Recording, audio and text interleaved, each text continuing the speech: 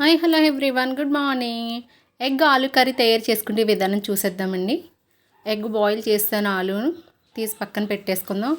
కావాల్సిన items onion, టమాటా కొన్ని ముక్కలు టమాటాలు పక్కన పెట్టుకున్న, అల్లం వెల్లుల్లిపాయ పేస్టు, కారం, ఉప్పు, ఎగ్స్ అన్నీ కట్ చేసి పెట్టేసుకున్నాం కదా. తయారయ్యే విధానం చూద్దామండి. ఆయిల్ వేసి ప్యాన్లోని ఎగ్ గోల్డెన్ కలర్ వచ్చే వరకు ఫ్రై చేసుకుందామండి.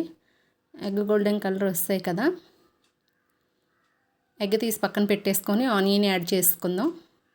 ఆనియన్ గోల్డెన్ కలర్ వచ్చిన తర్వాత ఆలు వేసుకుందాం.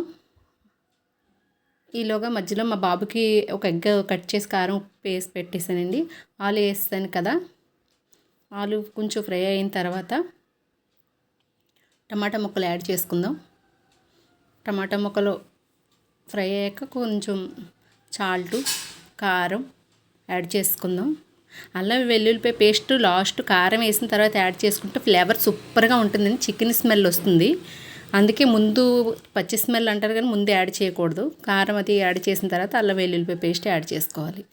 తర్వాత లాస్ట్లోని అల్లం వెల్లుల్లిపాయ పేస్ట్ యాడ్ చేసిన తర్వాత టమాటా జ్యూస్ యాడ్ చేసుకుందాం. టమాటా ఆనియన్ మిక్సీ పెట్టేసి జ్యూస్ పక్కన పెట్టుకున్నాను కదా కొంచెం గ్రేవీకి, అవి అల్లం వెల్లుల్లిపాయ పేస్ట్ యాడ్ చేస్తాను.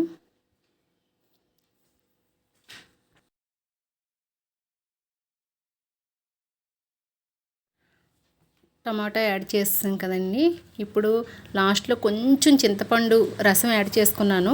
మాకు పులుపు ఎక్కువ తింటాము, స్కిప్ చేసినా పర్వాలేదు. టమాటాలు ఎక్కువ వేసుకున్న వాళ్ళు ఎవరిష్టం వాళ్ళది. పులుపు ఎక్కువ తిన్న వాళ్ళు యాడ్ చేసుకోవచ్చు.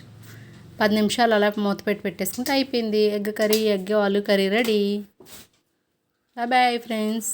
లైక్ చేయండి, సబ్స్క్రైబర్ చేయండి, కామెంట్ చేయండి.